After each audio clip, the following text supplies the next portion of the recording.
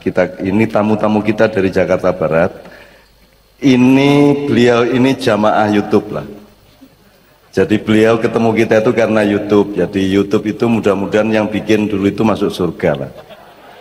Ya, di samping yang kacau-kacau juga ya ada di dalamnya, tapi pokoknya banyak juga kebaikan-kebaikan yang disambung oleh media itu. Kadang-kadang kita tidak perlu waktu yang lain untuk menjadi seorang yang lain, meskipun tetap itu diri kita. Saya itu kemarin 2 minggu yang lalu saya di Washington, dan teman-teman di sana lapor, ini saya barusan ngobrol sama Cak Nun di Washington mas, pada lagu itu turun di Oma. Nah nanti saya tiba-tiba di Mamuju, terus ada kiai dari Mamuju lari, ini saya enggak.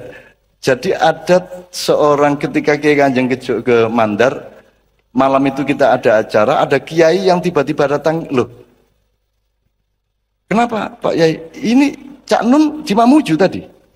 Mamuju itu kira-kira ya sini-sini Madiun lah mas. Dari Mandar itu, dari Polewali itu ke Madiun. Saya ada di Mamuju. Jadi untuk ketemu saya Anda bisa ketemu di mana-mana. Itu. Dan tidak perlu besok-besok atau kemarin-kemarin. Tapi itu juga bukan saya. Tapi jangan bilang itu bukan saya.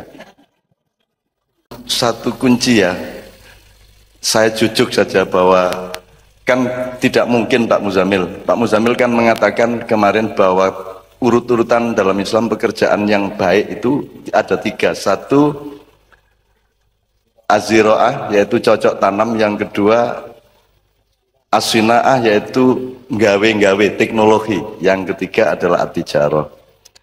Nah ini urut-urutannya ini Nabi sendiri melakukan yang ketiga ya.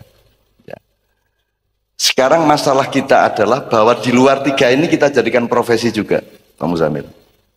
Politik itu bukan kerjaan, politik itu tugas dan amanah, tapi kita jadikan profesi, maka pasti hancur kita.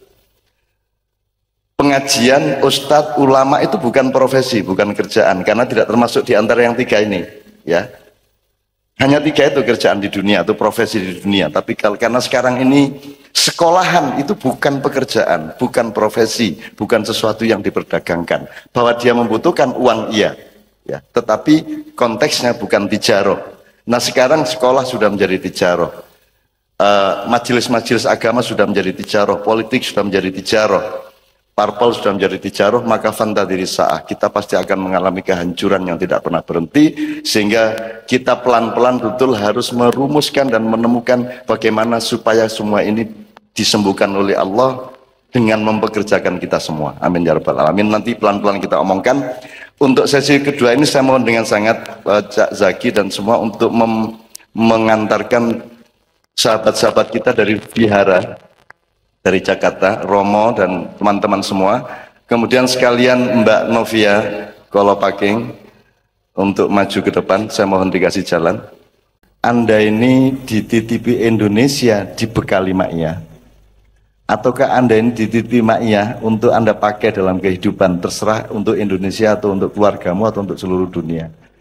Jadi yang pertama, Anda dititipi Indonesia oleh Allah, disangoni Ma'iyah. Yang kedua, dititipi Ma'iyah, terserah mau kau terapkan seluas apa. Yang mana yang menurut Anda kita alami, posisi kita di mana? Dititipi Ma'iyah kan? Apakah kita pakai untuk Indonesia atau tidak, itu proses kita bersama. Kalau memang suatu hari Allah mengarahkan ke situ, kita ke situ. Jadi bukan kita dititipi Indonesia, disangoni Ma'iyah. Karena menurut Pak Muzamil, Pak Muzamil dikit aja Pak Muzamil mengenai khalifah yang sebenar-benarnya khalifah, dikit aja. Nah, ini jawab sebelum saya ngomong mengenai azab dan hidayah tadi. Kita bukan cari azab loh ya. Ya. Jadi khalifah itu selama ini kan dipolitisir, dibelokkan artinya. Menjadi sebuah khilafah itu kepemimpinan, kekuasaan, kan itu ya. Khalifah itu penguasa formal dalam Islam, kan itu ya. Padahal khalifah itu dari kata khalafah yakhlufu, yang artinya mengganti. Jadi menggantikan posisi pihak lain. maka khalifah adalah orang yang memerankan peran pihak lain.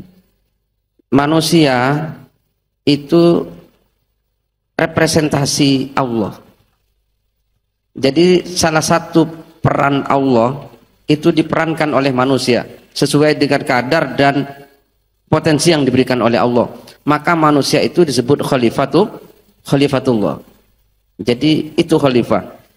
Sahabat-sahabatnya Nabi Muhammad, terutama yang 4, karena mereka itu sangat mengidolakan Nabi, mereka bahkan selalu apapun ingin seperti Nabi, maka mereka disebut dengan khalifahnya Rasulullah.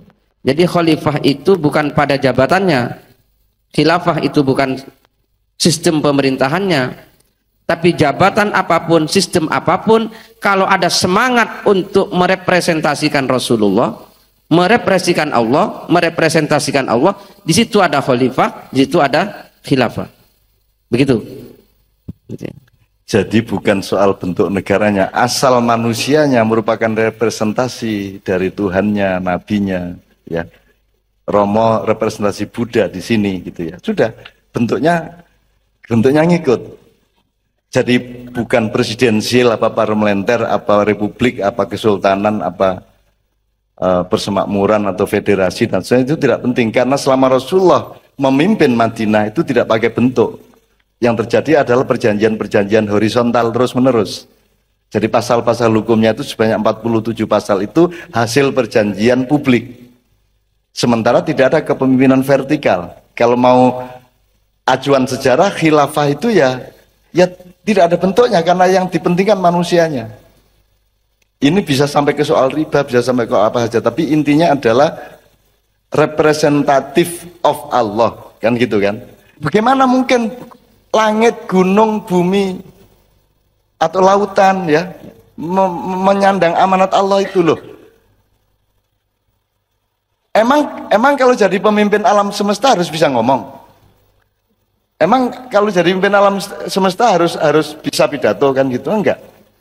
Kalau misalnya yang jadi khalifah adalah gunung, ya sudah, semua yang lain belajar kepada gunung, kan begitu toh.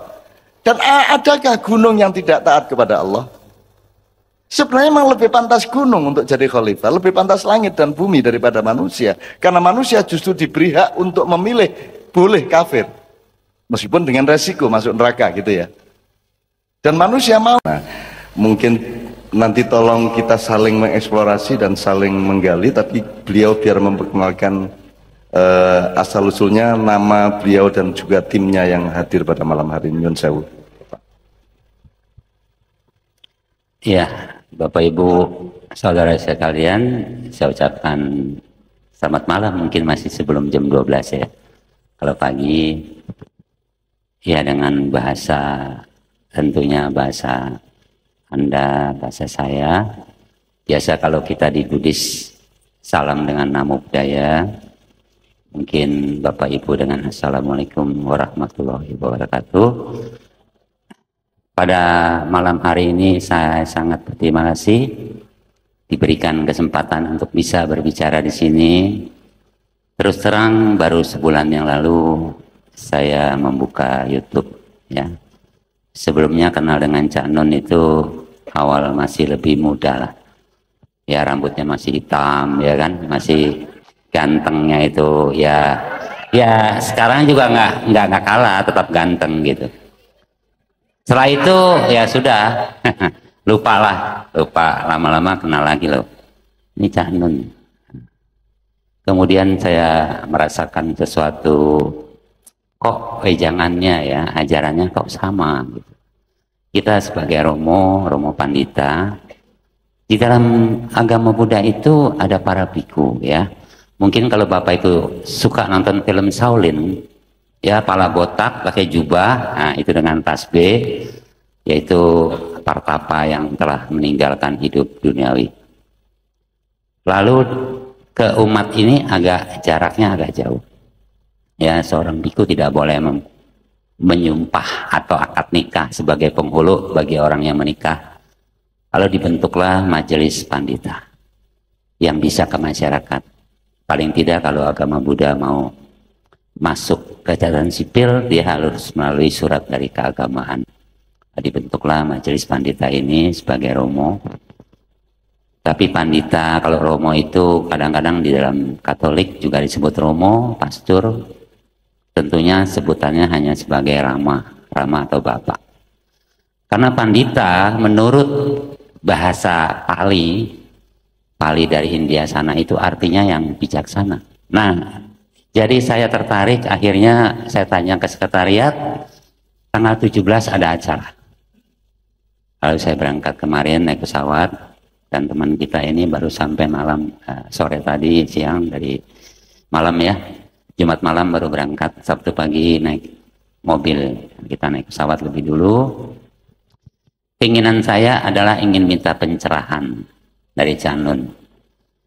Karena kebetulan wihara kita bernama Sahabat Sejati, dalam bahasa Sanskerta atau dalam bahasa Pali Kalyana Mita. Mita itu kalau Sanskerta mitra. Karena kita ada beda sedikit huruf aja. Dhamma dengan M-nya double dan menjadi Dharma. Nah, yang kita cari ini Dharma adalah kebenaran. Jadi karena di sini harus memakai merek di dalam KTP harus agama Buddha. Padahal Buddha itu adalah manusia yang telah sadar, tercerah, yang sudah bebas dari kelahiran dan kematian. Itu aja yang saya sampaikan. Sekali lagi saya mohon maaf. Terima kasih. Assalamualaikum warahmatullahi wabarakatuh.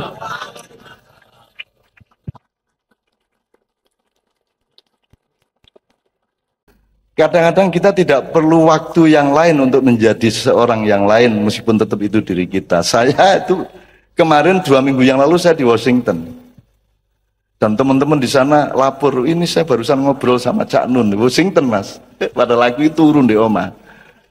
Nah nanti saya tiba-tiba di Mamuju, terus ada kiai dari Mamuju lari, ini saya enggak.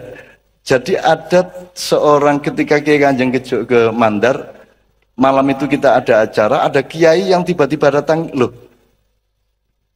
kenapa Pak Yai, ini Cak Nun di Mamuju tadi. Mamuju itu kira-kira ya sini-sini Madiun lah mas, dari Mandar itu, dari Polewali itu ke Madiun. Saya ada di Mamuju. Jadi untuk ketemu saya Anda bisa ketemu di mana-mana. Gitu. Dan tidak perlu besok-besok atau kemarin-kemarin. Tapi itu juga bukan saya. Tapi jangan bilang itu bukan saya. Kadang-kadang kita tidak perlu waktu yang lain untuk menjadi seorang yang lain, meskipun tetap itu diri kita. Saya itu kemarin 2 minggu yang lalu saya di Washington, dan teman-teman di sana lapor, ini saya barusan ngobrol sama Cak Nun di Washington mas, pada lagu itu turun di Oma.